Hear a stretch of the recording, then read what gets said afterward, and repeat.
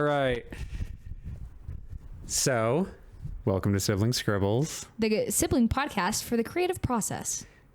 I'm Johnny. And I am Marin. And you should close your legs. It's just not good on camera. It's not good.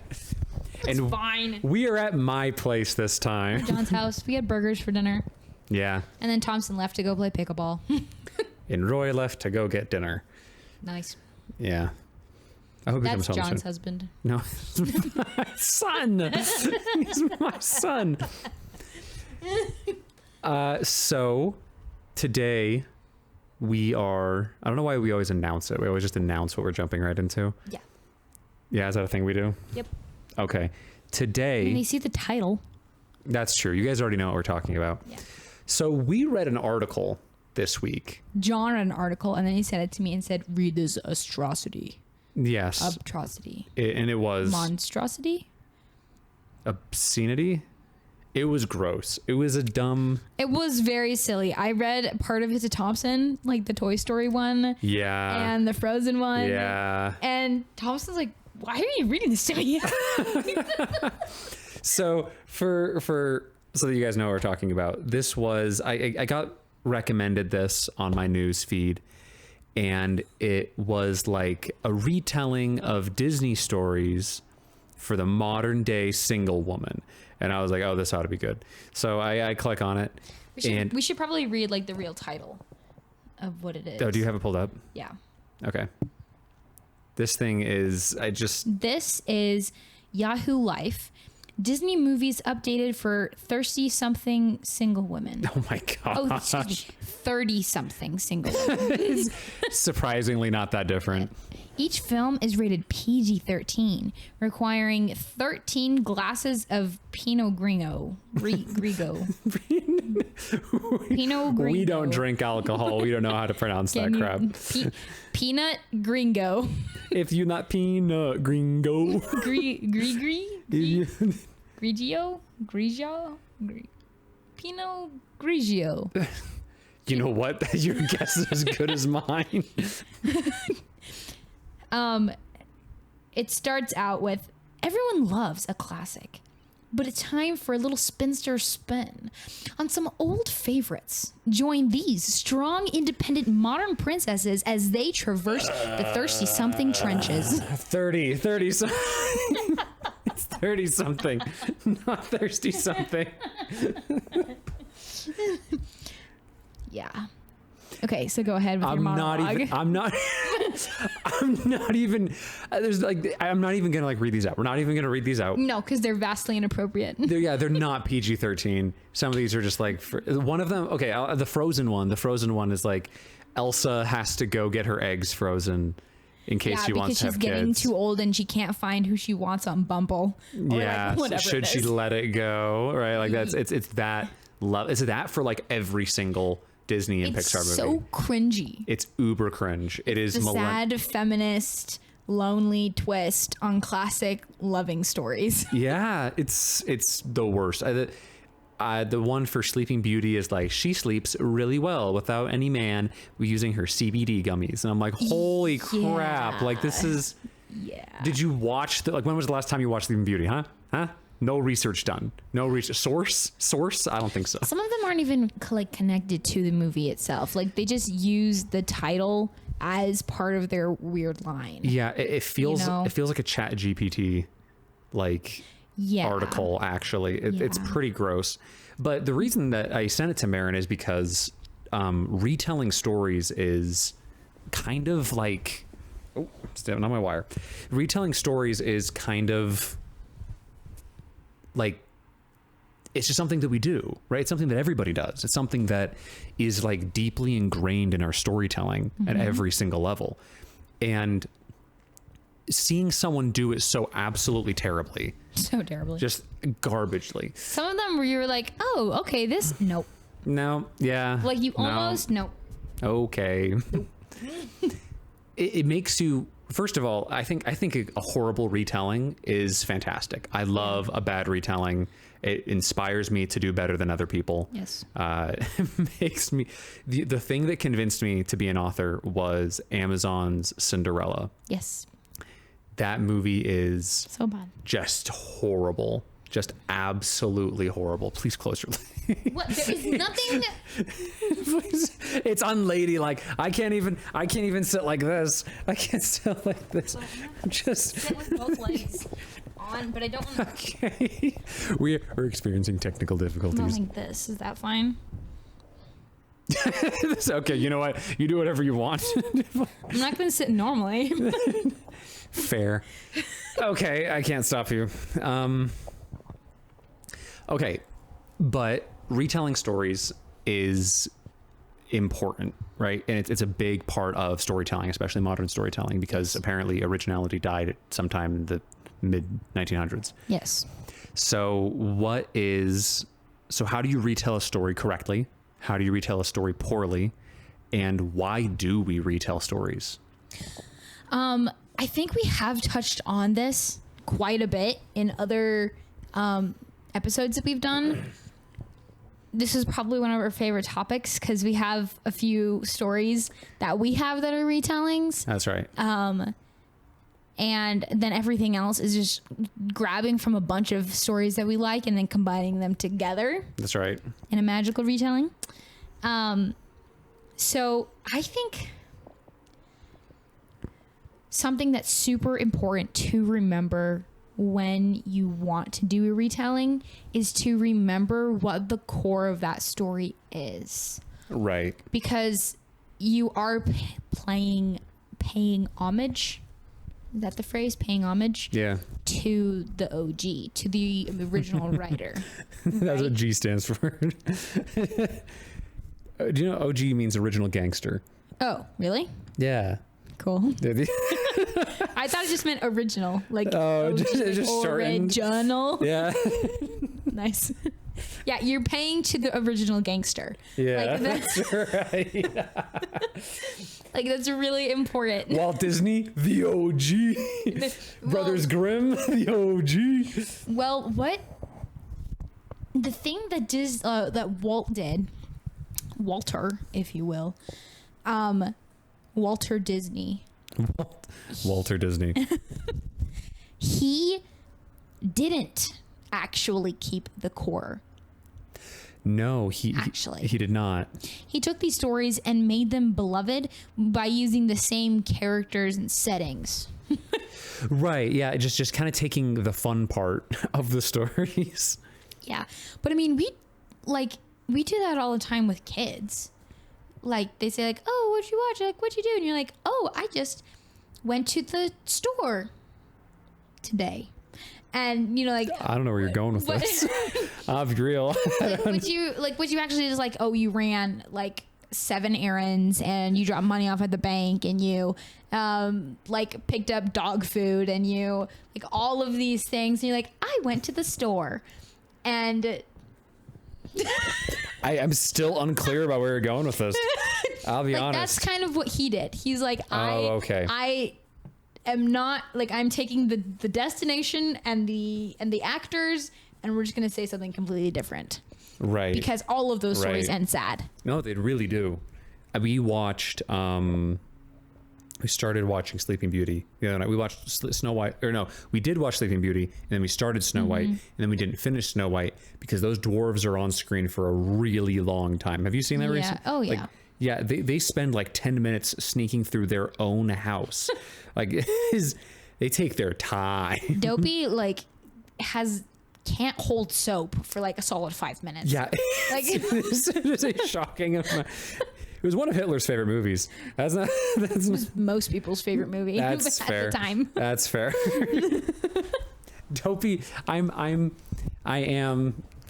This is not a great setup. I'll be real. But you're right. When we retell stories, or in Disney retold stories, he did kind of just take the elements that he thought were fun and told new stories with them. Mm-hmm. But lots of other people have retold stories. That's right. Like Miyazaki. Mm-hmm. He took Howl's Moving Castle and he told it very differently than the book. That's true. He took Kiki's Delivery Service and told it completely different. Right, because he was taking them and he didn't even take the core of it. So I'm going to recall what I said. You do not take the core of the last story on how it originally was told. Okay. So there is a series that I was going to ask you about then. Okay. And that is Cinder. Oh, yes. Does that one takes the core of those stories. That one actually does the opposite. Yeah. See, that one actually like completely removes most of these kind of fun concepts and actors and just tells the core of the story.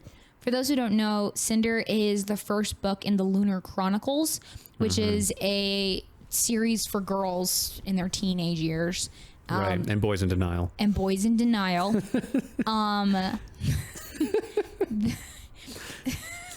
That they're basically on this cyberpunk world, and it's these fairy tales told on this cyberpunk world. So characters like Little Red Riding Hood, Cinderella, Snow White, they all are different characters on this planet, basically. And it's the shenanigans that go on as their stories intertwine within each book. But those stories, I mean, even that is a very different, right? That is a very, that one does take kind of the core of those stories and it kind of removes everything else. I don't think that, I mean, there's not a Snow White one with That's 7 true. dwarves, right? Like that one, they just kind of take the cores of those stories, right? That's true. So they took the complete opposite approach. They said, we don't want the characters or setting. We just want the core of like the messages and the specific dramas that happen within Right, the stories. the story structure, even right, the plot there. I think I've been thinking a lot about that because I think it is very, very different from Cinder, especially. It takes a very different approach than other people do. And then on top of all of this, right, we have like Disney live action remakes, which feel empty, which and do neither soulless. very well. Neither of them very well at all. Yeah. When they're supposed to just do the exact same thing. All they had to do was shot for shot. Yeah. And they just kind of slip on that banana peel and fall down the stairs. Yes, they do. Yes, they do. So that's interesting.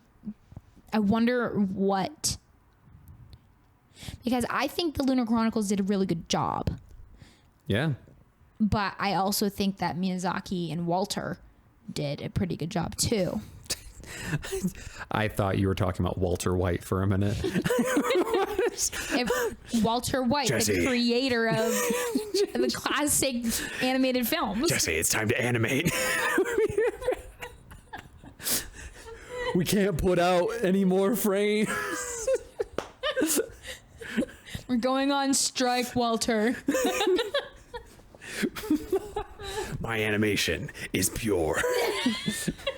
And you sound more like Miyazaki now. I sent you that Miyazaki compilation today. I sent Marina Miyazaki compilation, just quotes by him, and he's like, "Why?" And you know, someone interviewing him was like, "Why do you make movies?" And he was like, "I don't friggin' know. It's better than being bored." And then he's like, he like looks at the camera at one point and goes like, "Making movies is truly hell. I can't believe I want to make another one." Yeah, that's my hero. There he goes, my hero. Love that man. Yeah. So there's a lot of different ways to do it. Right? There's lots of different ways to do it. And I think that we're seeing that remakes, I was thinking about this today. This is my perfect, beautiful metaphor that I took all day to make.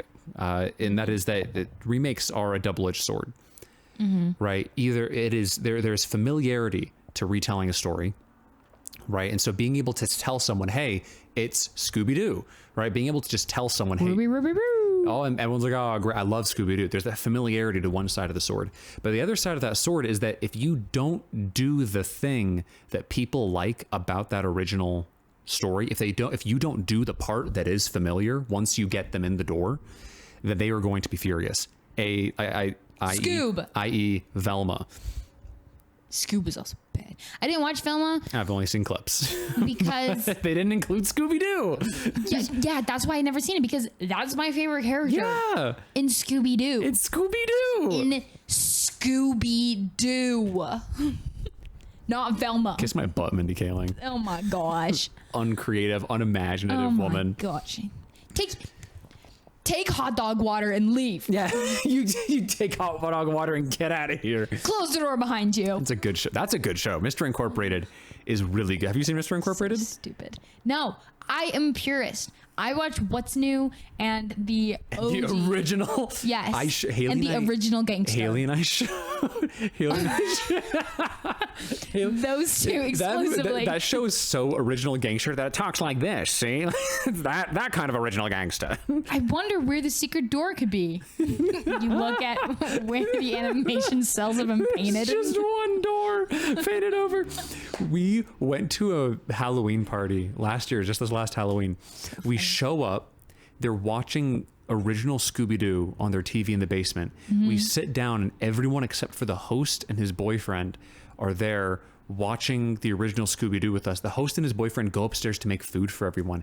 And we sit there for like an hour and a half watching Scooby-Doo. And I turn to everyone else. I'm like, is this the party? And everyone's like, I think so. And I'm like, this is fine, actually. This is really nice. I think I needed this, actually. That's funny. It was kind of a great party. It's very funny, actually. kind of a fantastic party. Yeah. So there's the double-edged sword, right? There's the familiarity gets people in the door, but the familiarity can also really burn you as a creator if you don't do the part that people actually find appealing. Right. So in a way, it's taking a piece of the core and a piece of the characters and story itself. And if you have at least part of each side, then you can make it good. Sorry, I lost concentration because aren't all swords double-edged? No, katanas have one side.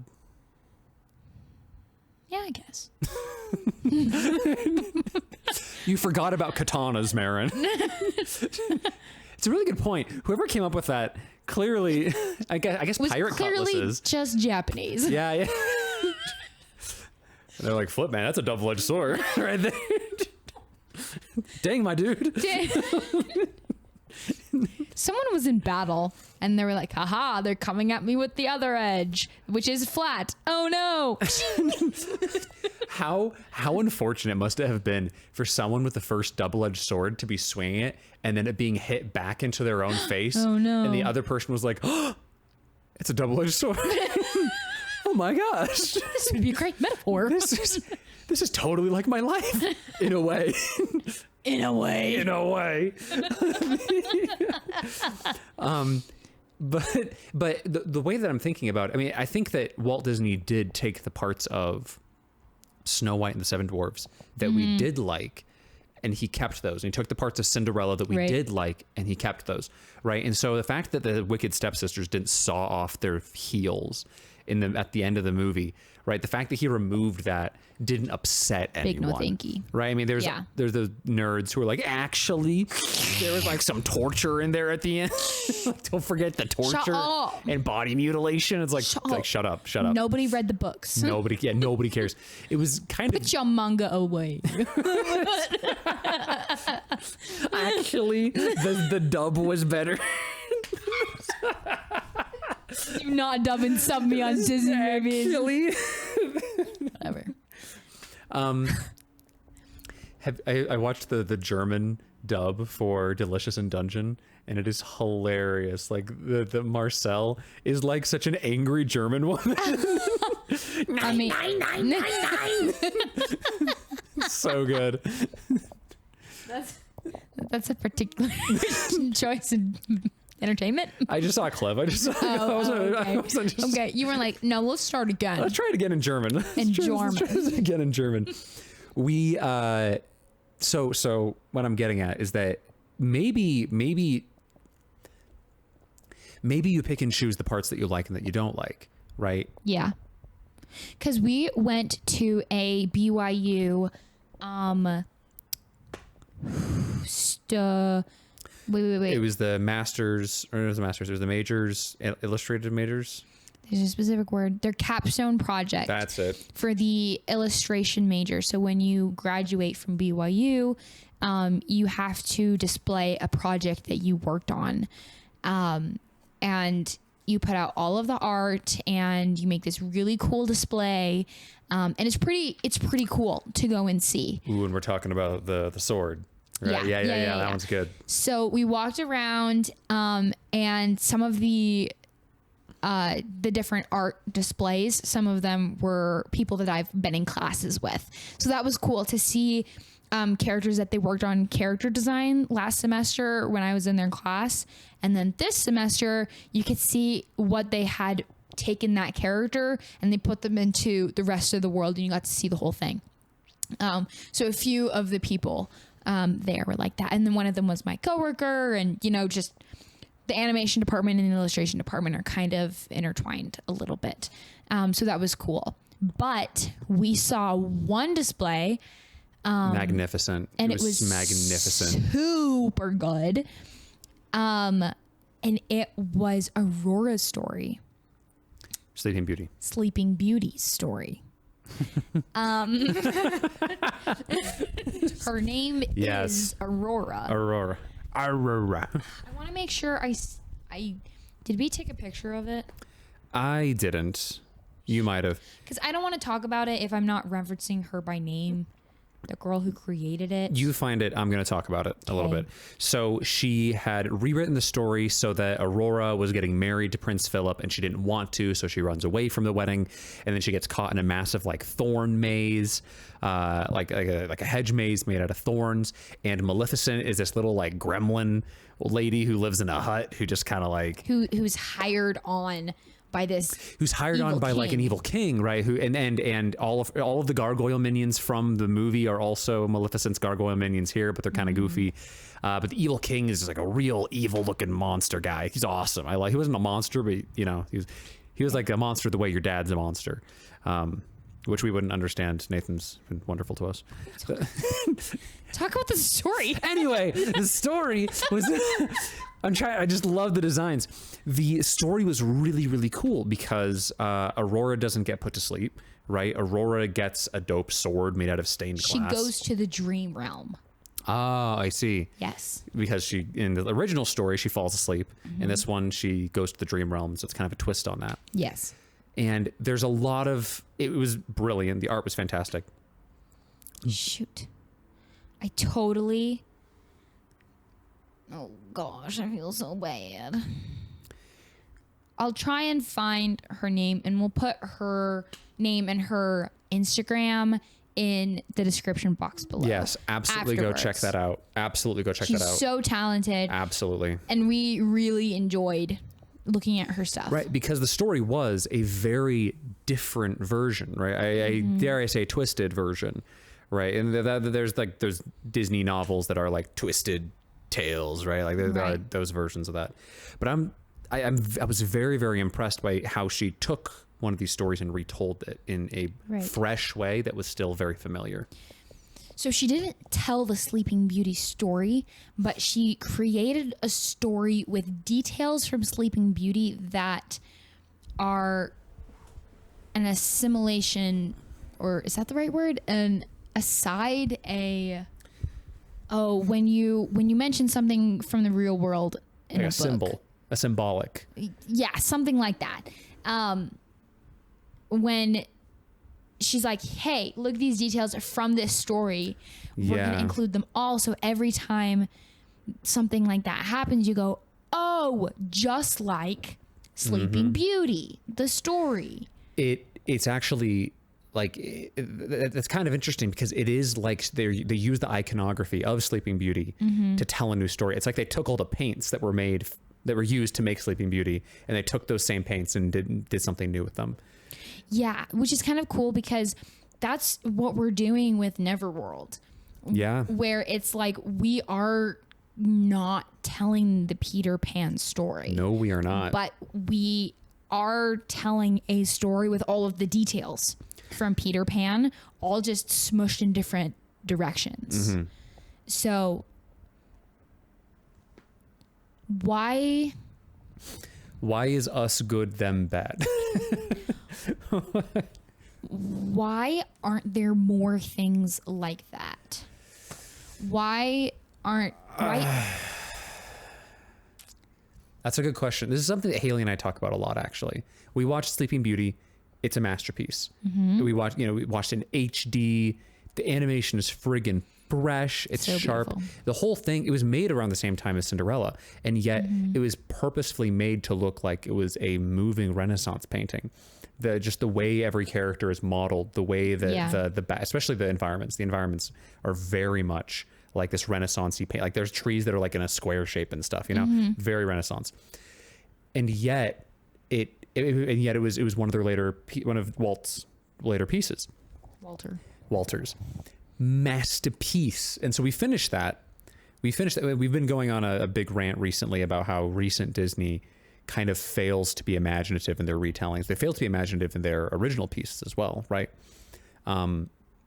But the Haley keeps coming back to all of these other stories. She's like, look, this is a really cool fairy tale that I've read novels of that are like the novels are retellings, and this is another novel that's a retelling of this story, and and in Snow White Rose Red, here's Rose, like that's a very different story than Snow White, right? Then they were going to make a Rose Red movie and it got scrapped. And Haley is kind of a connoisseur of Grimm's fairy tales, right? And she gets very upset when she sees them told poorly, and she gets very upset when she sees people not even entirely understand like why they were good to begin with. She just loves that stuff, right? There's a whole book series she has called Sisters Grimm, where these characters go, yeah, I'm sure you've heard of it.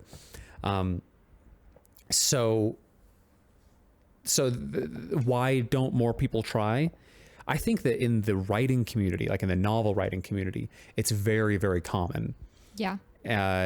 That is at least what I've seen. I've seen it. It's very, very common there. I mean, even in elementary school, I remember them doing stuff like this, where they said, do a retelling of like a classic fairy tale. Of the Three Bears. That's what mine was. Yeah. Yeah. I did. It was Silver Socks and the Three Bears, and they had a dance competition at the end. It was a lot of fun. Cool. Yeah. It was Noise. So like, I think at least in writing communities, it is rather common. Right, you see stuff, or they have stuff like the Once Upon a Time. Ugh. Yeah, well, ooh, a reaction. I cannot. The main actress. They're like in the bottom of the ship. This is the best way I can explain this They're character. on Captain Hook's ship, who is boss. And she's like, we're gonna go to war, and she takes her leather jacket off, and she's wearing a tank top, and she starts doing pull-ups. and like, Captain Hook's like, what are you doing? And she's like, getting ready for a fight. It's like, you're a dude. You're a dude with like extensions. Like I can't with you. You are a very skinny man with extensions. Yeah, and it's like, if you actually got in a fight, someone would kill you. Right, like why don't you own a gun? Like you're a private investigator. She brings a pistol to defeat a dragon at some point. Is that right? I remember that. Yeah, she like shows up, and a dragon shows up, and she's like, forget this, and she drops the sword of legend, fated to kill the dragon. Sword of truth. And she pulls out a friggin' like P90. Yeah. I'm like, homegirl. Just bah, bah, bah, bah.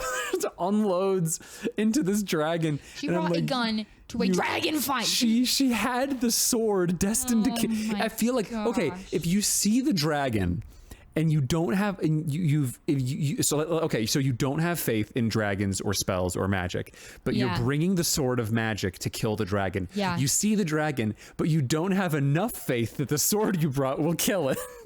And the dragon is in front of you. And you start shooting the dragon. What? Yeah, I hate that show. Oh, what a great show. And then she has a love child, right? And her love child is like always there narrating and being like, are you feeling sadness? And she's like, there's no possible freaking way, kid. I don't feel sadness. And then at the end of the episode, she's like, I think I was feeling sadness. I'm and like, the kid's like, yeah, that's right, Mom. Oh my God. I don't know why they made like the 6-year-old child actor the moral support. It was cute when he was 6, but then he was like 14. And Yeah, I was like, yeah. your He voice ends up in drops. Neverland, and people start ripping each other's hearts out. And that's when we stopped watching. Oh no, I So- watched past that. You watched past that? I never made it to Trauma. I never made it. Poorly made entertainment trauma. Oh, trauma! You're saying trauma. Trauma. Trauma. I never made it to the Frozen section, but I hear that Not one a was chance. Not a freaking chance. Oh my gosh. Okay. We spent enough time laughing about Once Upon a Time. So It's so bad. It's so bad. Well, I mean, it's- when it's- you're 12, it's so good. But the CW, man, I love the CW for like 2 seasons, and then everything goes off the you're rails. like, oh, Rumpelstiltskin and Belle? Dang, okay. Oh,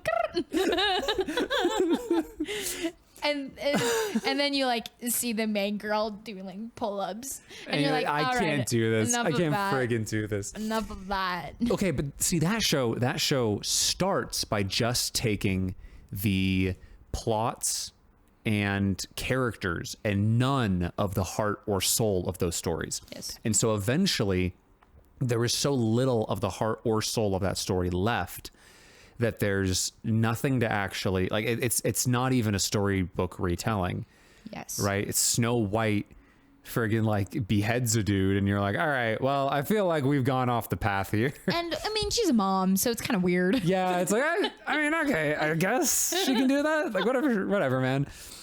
Yeah, I think that story suffers from trying to include too much. They didn't kill any of their darlings. Yes. Kill your darlings, kids. And they just kept adding characters. Mm-hmm. And they didn't give you any satisfying ending. I feel like anybody. if they had given more characters like kind of mini arcs and then had them leave the show, I think the show would have actually been quite well Right? off. Like you're released from Storybook Village once your story is solved. Or whatever it is. See, this is exactly what happens with Haley.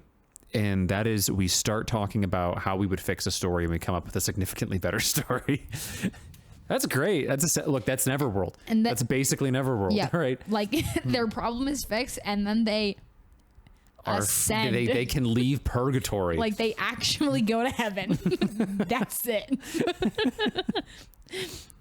Don't do that in all of your stories. No. Don't do that for all of them. Don't just let them die. This makes more sense if you know more about stories. This is why Haley tells me I should write Dark Lord's Home for Chosen One Boys, because she's like, your stories are effing sad. You need to show shade. I'll be like, I have this great idea, and then at the end, this happens to him, and she's like, jeez. Yeah. So, I think retelling stories is an art form, right? Because on the one hand, you might say to yourself, wow, look at all of this free material. It's free real estate. It's free real estate. But on the other hand, You could turn out with the Winnie the Pooh horror film. right. That I think that's something else entirely. I think that's just shock value and bullcrap. I really don't think. Yeah, that's shock very value good. and bullcrap. Yeah, Those are the two ingredients. like they Dungeons and use. Dragons. Yeah, Dungeons and Dragons, shock value and bullcrap. It's so I bad. play that game. I would too. That sounds fun. So let's talk about. So it kind of sounds like you and I prefer when the heart of the story is at the core of it, right? We don't really care if you just kind of take characters and recast them in a new scenario, right? We don't like that as much. We like taking the heart of a story and building something new around it. Which brings us to the coolest story pitch Marin has given me. I hope you guys know that none of these stories are like in development, right? We have like 2 things in development At a time. Yeah, like really. And like we don't like it's We Bales, have- right? we- It's Shepherd we called have- Bales. It's Shepherd called Bales. And is it Neverworld right now? Neverworld this fall. And Neverworld is in the fall. So Shepherd Called Bales and Dead Wars. And once Dead Wars is over, Shepherd Called Bales can be over, and then we can move on to the next projects. Yep. We have Like I have school, we both have work, we both are Yep. married, John has a baby. Like someday this will be all we do. Yeah. Today I still have to do homework. Yep. Yes. And so we within scope. So, but one of the, I think that there's something to be said about like, hey, you know, people are like, oh, I always have so many good ideas, but I just never write them. You know, like I have all these good ideas, but they never happen. Like that's fine. You can let your good ideas like die in the good idea graveyard. That's a fine place for them. You know, you can write a short story. You can pitch it to other people. It's not the end of the world if your good story idea never gets written. And you can write it also. And Yeah. it might never see anyone's eyes but it can just be for you. But this one is fun. This one's really fun. Okay, so let me pitch you this. I was reading scriptures. We're going to start there. It's a great place to start. I'm in Jerem or Omni, something like that. And we're reading about the Lamanites. Lamanites are a bloodthirsty people, and they, you know, relish the drinking of blood of wild beasts. You know, it's just kind of being like, look, they've gone bad. They do not have God in their lives, right? But I was sitting there in bed. I was like, dude, drinking blood is like the most metal bad guy thing you can do. It's like, later in the Book of Mormon, they like there's a dude, right, and his brother gets killed, so he swears an oath to drink. No, he doesn't. He's losing the war, and so he swears an oath to kill the good guy and to drink his blood. And it's like that is the sickest threat. Yeah. Like that is the most evil bad guy like thing you could ever possibly do. no good guy has ever drinking No, blood. it's not. It's Like, it's not. If you drink blood, you are not redeemable. Right. Like, Just symbol. Yeah. Yeah. If you are ever in a scenario where you find yourself drinking blood for the greater good, For any. No, don't put the cup down. Think Yeah. it through. Think it through. You're not the good guy. you're not. It's not. So I was like, that's pretty, like, I was just kind of thinking about, like, I just miss good bad guys. Like, I just watched something and someone was like, no, we like Joker because he is because he's irredeemable. right. They were doing a review of the new trailer for For Joker 2. and they're like, look, if he doesn't think that he's actually doing anything wrong, and he just thinks he's in a musical and he's, you know, running around Gotham in a musical, then he as a villain is less interesting, because Absolutely. we want him to just be this pure evil villain for Batman to fight, right? And so I was like, where'd all the good bad guys go? Like, I was Maleficent. Maleficent is one evil witch. My gosh. Yeah. She, like, every time she was on screen, Roy would stop his crying and his shenaniganery and just like stop, and he would actually like lean forward and watch her on screen. She has some presence. My gosh, Maleficent is awesome. yeah. And then Disney was like, she's actually bad because someone cut her wings. Actually, Angelina Jolie wants to be a girl boss. She's a girl Actually, the fairies are kind of stupid. It's like we all know the fairies are stupid. That's the fun part. Shut up! Leave my fairies alone! Leave Merryweather out of this. Leave Merryweather out of this. Keep your hands off of Fauna. Fauna is a perfect Like little Fiend. dude. I love Fauna so much. When she folds the eggs into sorry, go ahead. Sweet baby girl. So drinking So I blood. was like, drinking blood. That's so metal. And I'm like, okay, who drinks blood? Vampires. Obviously. Imagine this vampire king, and he's got this gorgeous golden goblet with rubies, like lining the outside, and it's full of blood, and he is just drinking the blood of his enemies. You know he's a bad guy. Oh yeah. Okay, but this king vampire, where's he getting his blood? Obviously, in his kingdom, he has some kind of like system where people have to give blood to him in a tax sort of way. But what about the good guy in the story? Who's it going to be? It's got to be like some person who's going to stop the taxes from going to the Vampire King, right? But he uses, since there's so much blood just being like going around, he interrupts the blood flow. That's good, yeah. And he uses the blood with dark magic, but he uses his dark magic for good to help the people. So now we have a character who is stealing taxes from the rich and using their powers to bless the poor. And we have arrived at Castlevania Robin Hood. Vampire Robin Hood? Vampire Robin Hood! Vampire Robin Hood!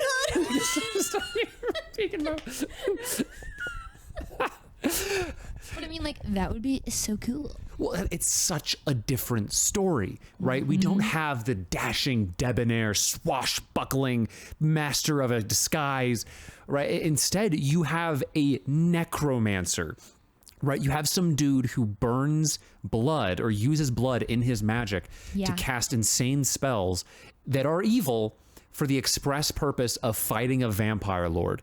And that's dope. And the vampire lord's upset because obviously someone's taking his blood, which he wants to eat or drink. I guess you could like turn it into a gelatin. Now we're getting into delicious and dungeon. Yeah. First, you take the blood.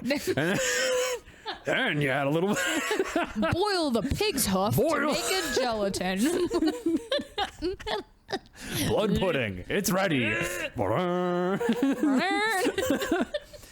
What if Robin Hood was a vampire too, right? All of these people are aristocracy, right? No, they gotta be different kind of dark creatures, you know? Like, I swear if you say mummy, not mummy. it's Hotel Transylvania. And not like vampires, but you know, like we're talking drow, witches, gargoyles. Love me a gargoyle. Gargoyle. Girl goyle. Girl goyle? Girl. That girl Girl. I can't do it. You're just saying girl. Gargoyle. Gargoyle. That's what I was Gargoyle. Gargoyle. No, that's it. We got it. You got it. Got it in one. I'll edit it. Go, editing John. But see, this story, you could still have him be a master of disguise. That was so funny. Sorry. Go ahead. You really thought gargoyle was really... Oh, those burgers are coming back. Are you okay? So funny. Okay, just talk. I'll get through it. Are you sure? Are you okay? You look like you're in pain. Okay, go ahead. Oh my goodness. I'm cutting all of that. Obviously, you didn't think that was as funny as I did. No, I did not. I'm cutting all of that. That was disturbing. It was deeply disturbing. Sorry, go ahead. So, gee. I just had a breakdown. You could still have him be a master of disguise, right? But he's using blood magic to do it.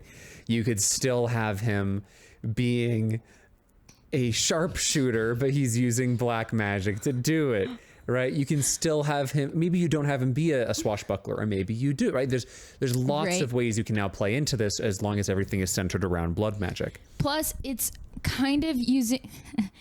Plus, it's kind of using the my favorite story, which is the Scarlet Pimpernel. Yes, where I was he's thinking that too. trying not to get caught. Mm-hmm. He doesn't want them to know, so he's just playing down or up, depending on what it is, to evade the king and his goons. It's a vampire spawn. Right. Yes.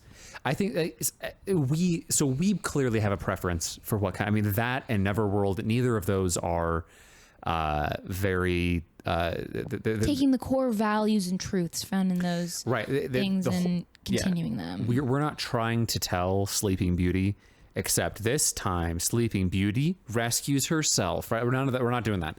We have no interest. She's not taking pills to sleep through the night. No, she's not taking weed gummies to go to CBD gummies to go to sleep. We're not doing any of that. we really do like something like Cinder, right? We really like stories where we just say, we're just going to take the heart and soul of that and we're going to shove it into some new setting. And it's the same story, but it's in a brand new the setting. And it's a new place for this to take place. And so how does the story change because of where you are? Right. How does our character who is brave and like sweet or kind and brave, is that what it is? Sure. Kind of brave. Kind of brave. Who's kind of brave. And how does she react to this in this situation? Right. If she has this skill set now, how is this going to work out for her? It's Given Cinderella in Cinder is not the same Cinderella. No, she's not at all. She's she's a brand new character. And I don't think that this Robin Hood, this Castlevania Robin Hood character would be Robin Hood-y either, right?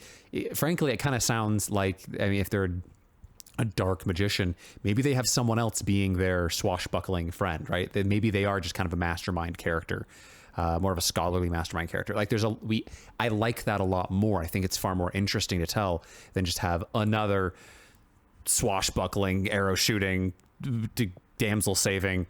Would be cool if he owned a bar. And oh my gosh, that serves blood.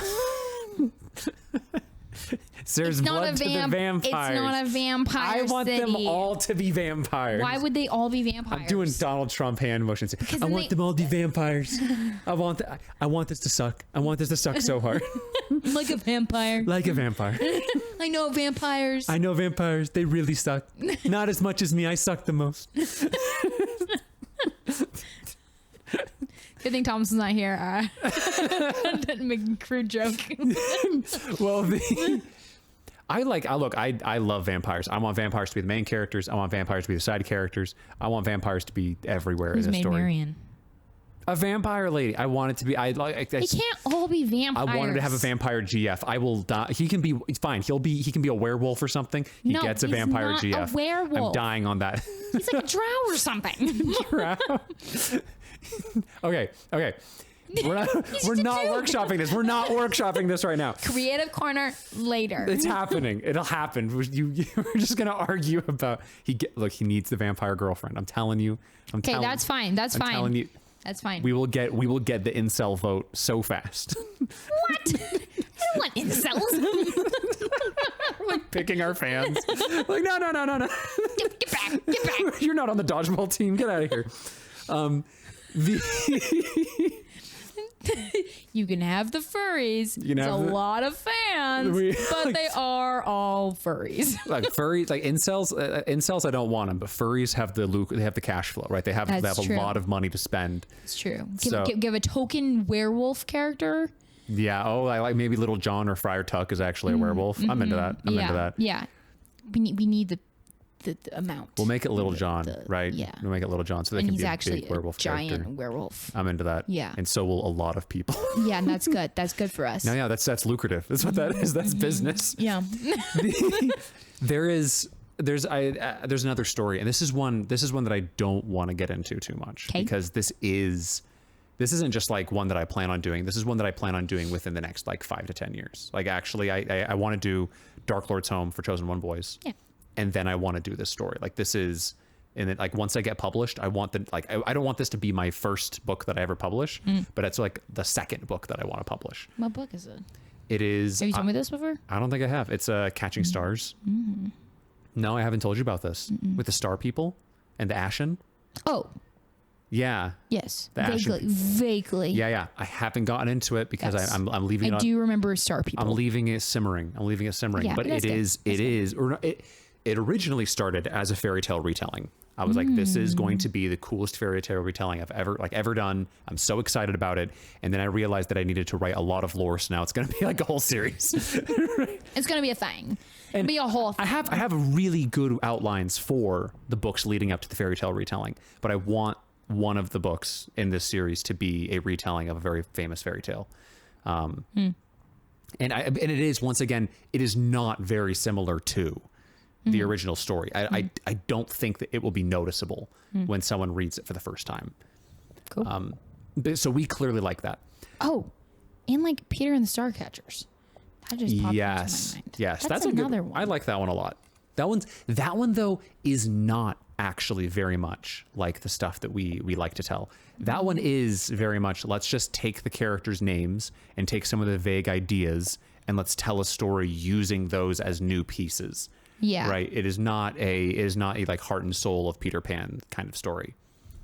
But he is probably the most Peter Pan of most Peter Pan retellings. Absolutely. He's a very Peter Pan. Yeah. I don't know how else to say that. No. They get it. Yeah, you guys get it. Okay, so here's the question then. Here's the question as we arrive at the final stretch here. Mm-hmm. We've listed off some really good examples. We've listed off some bad examples. Yes. Why do this? Or why do this at all? Right? Why not just create something brand spanking new? The first thing I think of, if it's not broke, don't fix it. You're like, if someone else succeeded doing it, might as well piggyback off of their success. Sure. That's a very honest, that's one option. Yeah. Another option is that we love these stories. All of these fairy tales that we have are core components of our culture. Mm-hmm. And so we are built by these stories and we grow up on these stories. And so as we get older, we want to experience these stories again in different ways, it feels like. Like I love, like Peter Pan and Robin Hood are two of my all-time favorite stories. Amen. Ever. Amen. And I have seen so many different Peter Pan retellings. I have seen so many Robin Hood movies. I don't feel like they're retellings. No one has really tried to do anything new with Robin Hood. No. Not really. Nope. And that's okay, because everyone wants Robin Hood just to be Robin Hood. Right. Because we love him so much. How is? Mm-hmm. We don't want to remove Sherwood Forest, because Sherwood Forest is kind of magical, and we don't want to remove Friar Tuck and Little John, because who would Robin Hood be without Friar Tuck and Little John? Right. So it's like these things develop us as people, even though we never say that. We're like, oh, my hero is Robin Hood from the book I read when I was a kid. Like like we don't say that. We say like, oh, it's our parents. It's like, yes, of course, but it's also all of these different stories and entertainment, especially nowadays, because there's so much entertainment. Yes, there is. That it's like, I want to retell these stories because I loved them so much growing up that I'm like, I want more. Yeah. I want more of that thing. Yeah. I think that there's also I want to feel that still. There's that innate desire, I think, to create, right? When you are a creator and you want to create, the things that you want to create are the things that inspired you. Mm-hmm. Right? You don't want to create, yes, you can create something that no one has ever seen before. Yeah. But the things that inspired you to create weren't brand new ideas, like apropos of nothing. The reason you want to create is because something was so wonderful that you thought, I want to know how this was made. I want to appreciate this more. And as you get into the process, you realize you can create too. Mm-hmm. And so once, something like Star Wars inspires you to sit down and write your first screenplay, of course, there's going to be that desire to pay homage, to build on something that was so beautiful to you. Right. And so yes, we could dive into how each one of these stories appeals to an archetypal truth, right? We could dive into all those, but I think at its core, we were provided with something beautiful and we want to do that for someone else. And so the way that we know how to do that is by giving someone else exactly what we were already given. Right. But because all the things that we experience are so tried and true at this point, they're so not overplayed. Mm-hmm. Sometimes it feels like it can be that way, or you can't experience it the same way as when you were a kid. It needs to be told in a different way now. Right. And that's what I like seeing. You just want to keep feeling the same way that you felt as a kid, like free. Not me. I was a depressed kid. Oh, I liked being a kid. I was working through some stuff. I think I'm still a kid. I don't think I moved on. Show the shirt that you're wearing. It's a raccoon for the listening audience. It's just a raccoon like painted, and it says, "I do not think, therefore I do not am." This is my favorite shirt. I wear it twice a week. It's a great shirt. I do not think, therefore I do not am. I personally would love to be able to create something that inspires someone else the way that things have inspired me. However, I do not wish for those feelings that I had as a child. I was a dumb kid and I didn't like being a dumb kid. But I love Peter Pan and I love Robin Hood because those stories were stories about people with power and with freedom and with control in their lives, right, and with influence, and who were respected and understood. And I think that see, here we are at another impasse, right? Where the thing that I liked about that story, if I saw a Peter Pan story without those aspects of Peter Pan, and you saw a Peter Pan story that did not give you the feeling that that original Peter Pan movie did when you were a kid, it would disappoint each one of us respectively. And so it is a messy, messy game. You're kind of picking a subset of a already established fan base and trying to find the things that they like or don't like in that story, and then appeal to those aspects of the story. Yeah. Or appeal to those people using those aspects of the story. That's messy. That is a messy, messy game. And I fall into this group of being like, I love retellings. And then at the same time, I fall into the group of being like, you're so funded. You can't come up with your own industry plant. Dang ideas. Friggin' corpo brain rot. Like, I am so mad when people can't come up with their own freaking ideas. So this we are the last few minutes of this podcast episode. But why, like this is it. This is the last question. Next time we're talking about fan fiction. Next time we're both going to go read some fan fiction, and then we're going to I'm not reading that. What's wrong with you? Fan fiction is a massive industry, and it's a place where people really are honing their skills, right? It's a place where people are writing a lot. And so they are, lots of fan fiction writers go on to be real, actual, published. No, I shouldn't say real, actual. They are real, actual, but published writers. There's a difference between fanfic and retelling. And what is that difference? We will discover that next time. But my initial thought is that when you're doing a retelling, you're not trying to keep the original characters. You're not trying to keep their souls in their body. You're just taking their names and pasting them on a different person. Sorry, that's a retelling. Yeah, that's a retelling. A fanfic is you're like, okay, what would Draco Malfoy do in this situation? Like, let's make a new situation. How would he react? You know? It sounds like fan fiction doesn't actually have like the heart or soul, right? It's sometimes it's not. The exact thing already. And you're just let's just add a new situation. How would they now do it? Okay. Like, what if the new change is that Hermione actually likes Draco? What if Captain America was possessed by a demon and he was gay for Iron Man? Right. And now how does everyone react to that? Right. It's like a what? Don't degrade them. Look, I don't like fan fiction either. Okay, I'm not a fan. I don't like the weird fanaticism, like the pseudo-religious attitudes of fandoms. But at the same time, a lot of people find a lot of joy in writing and reading it. Yeah, so it's like it is entertainment. Yes, I am a snob. I am an absolute snob. But if you like it, just don't tell me and enjoy yourself. Right? Yeah. I know lots of people who read and write fanfic, and it's like, that's cool. Just make sure you have a day job. Yeah. Make the money. It's about money. I look, it's what people love, right? Mm-hmm. And you shouldn't hate on what people love to do. And I love being a snob. So you can't hate me for that. See, you have to let me berate you. Dollar bill. Your upsettingness is my profit. Okay, that's how this works. You can't be angry at me. I'm just getting that bag. That is Bag of bills, baby.